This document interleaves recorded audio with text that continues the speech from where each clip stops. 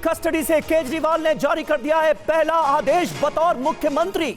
जल मंत्रालय को लेकर अरविंद केजरीवाल का आदेश, नोट के जरिए जल मंत्री को जारी किया गया है आदेश। एक नोट जारी किया गया है और उसके जरिए जल मंत्री को आदेश जारी किया गया है। दिल्ली सरकार में मंत्री आतिशी ने सीधे तौर पर एक प्रेस कॉन्फ्रेंस करके यह बताया है कि दिल्ली के लोगों को कोई परेशानी नहीं होनी चाहिए, इसलिए अरविंद केजरीवाल की तरफ से ये निर्देश दिए गए हैं। और यह भी कहा गया है कि अगर जरूरत पड़े तो एलजी से भी मुलाकात कीजिए, कोई काम रुकना नहीं चाहिए।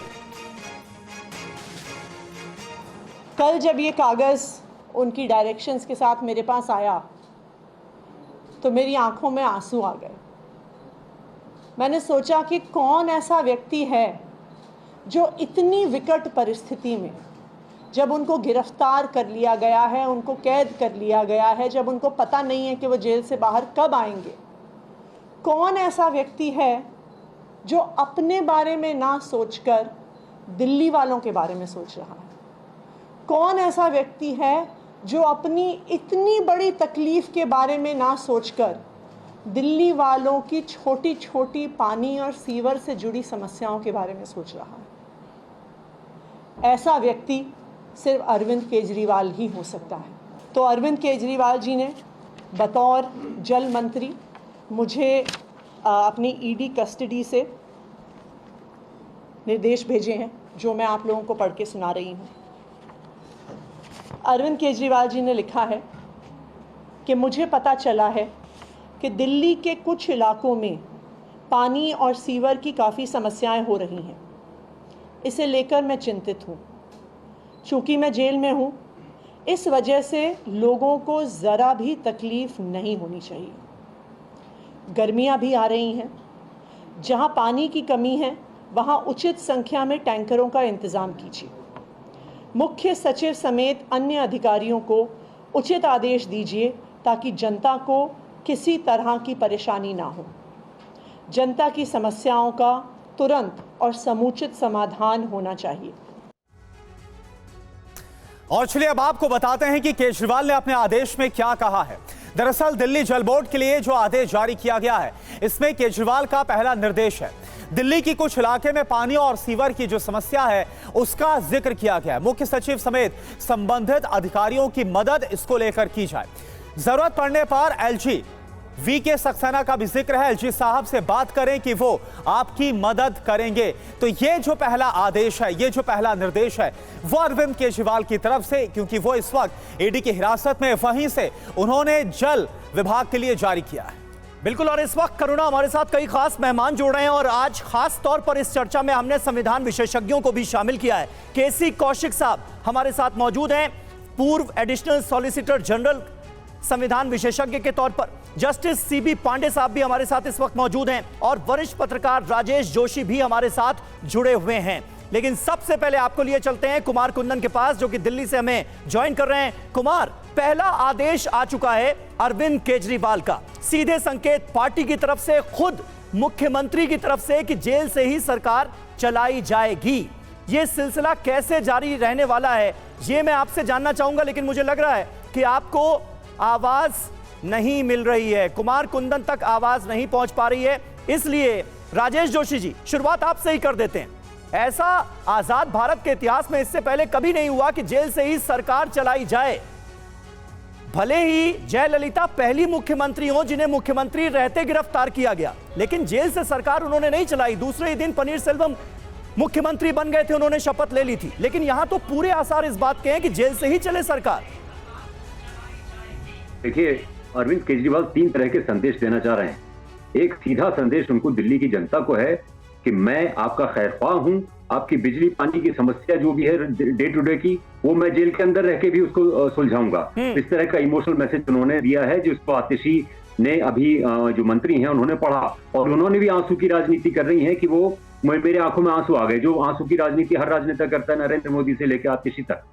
एक मैसेज ये है। दूसरा मैसेज जो है उनका सीधा नरेंद्र मोदी और भारतीय जनता पार्टी को है कि आप और आपकी ईडी मुझे जेल के अंदर बंद जरूर कर सकती है, लेकिन इस्तीफा देने पर आमादा नहीं कर सकती है। इस्तीफा मैं नहीं दूंगा, आपका जो मकसद था वो फेल हो चुका है और मैं मुख्यमंत्री रहूंगा। मुख्यमंत्री जी।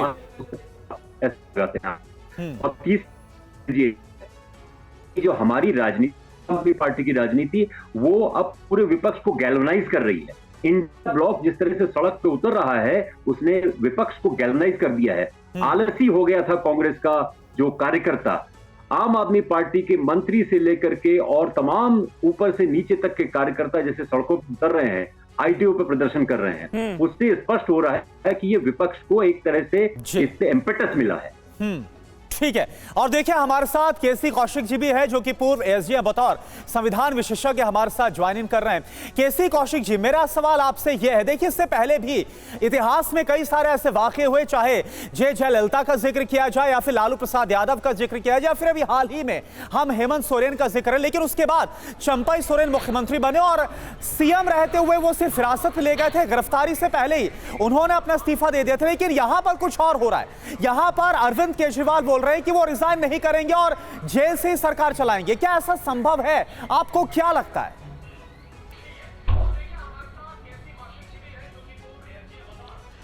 देखिए, इसको हमको इस तरह से समझना चाहिए, जो रिप्रेजेंटेटिव पीपल्स एक्ट है उसके मातहत आज की डेट में मिस्टर अरविंद केजरीवाल को किसी कोर्ट से सजा नहीं हुई है। ये प्रावधान है कि यदि किसी कोर्ट से आपको 2 साल से या 2 साल से अधिक की सजा हुई है, तभी आप अयोग्य घोषित हो सकते हैं। आज की डेट पे मिस्टर अरविंद केजरीवाल उनको रिमांड पे लिया हुआ है आपके एनफोर्समेंट डायरेक्टरेट ने। अब वो ये कहते हैं कि मैं एनफोर्समेंट डायरेक्टरेट से सिर्फ हमको रिमांड पे लिया हुआ है, जो रिमांड 28 मार्च तक है। उसमें ऐसा कहीं ये नहीं लिखा है कि आप यदि रिमांड पे हैं तो आपको स्वतः ही आपकी चीफ मिनिस्टरशिप समाप्त हो जाएगी, या आपको लेफ्टिनेंट गवर्नर आपको कंपेल कर सकते हैं कि आप रिजाइन करें। इसको 2 तरह से समझना चाहिए। दूसरी बात ये है, यानी कौशिक साहब, इसका मतलब ये हुआ कि जब तक दोष साबित नहीं हो जाता, जब तक दोष सिद्धि नहीं हो जाती, तब तक अरविंद केजरीवाल मुख्यमंत्री पद पर बने रह सकते हैं, कानूनी तौर पर बने रह सकते हैं। उनको कोई कंपेल नहीं कर सकता कि वो रिजाइन करें। दोष सिद्धि जरूरी है या फिर 2 साल की सजा कि कम से कम हो? ये कंपेल, हाँ, दोष सिद्धि या 2 साल की सजा। अभी तो जो ये केस है, ये जो शराब घोटाले का जो केस है, जिसमें उनको अरेस्ट किया गया है, ये केस सिर्फ इंक्वायरी स्टेज पे है। इंक्वायरी भी इसमें 2 तरह की हो सकती थी। एक हो सकती थी कि उनको बिना आप जो है रिमांड पे लिए कर सकते थे।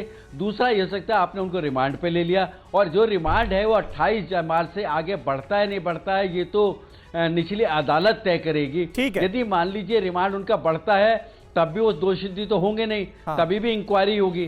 तो ये मान के चलना चाहिए, जब तक इंक्वायरी हो रही है और इवन चार्जशीट भी यदि दे दी जाती है, तो चार्जशीट के बाद भी आप उनको ये नहीं कह सकते दोषी हो चुकी है। ठीक है, बिल्कुल। और जाहिर है, चार्जशीट जब दायर होगी तब भी ये नहीं कहा जा सकता, ये तो अदालत उन्हें दोषी ठहराए तब ही ये मजबूरी कही जाएगी कि उन्हें इस्तीफा देना पड़ेगा मुख्यमंत्री पद से। तो एक नैतिकता का सवाल जरूर उठ सकता है, लेकिन कानूनी तौर पर कोई दिक्कत नहीं है। अरविंद केजरीवाल मुख्यमंत्री रहते अगर जेल से सरकार चलाते हैं तो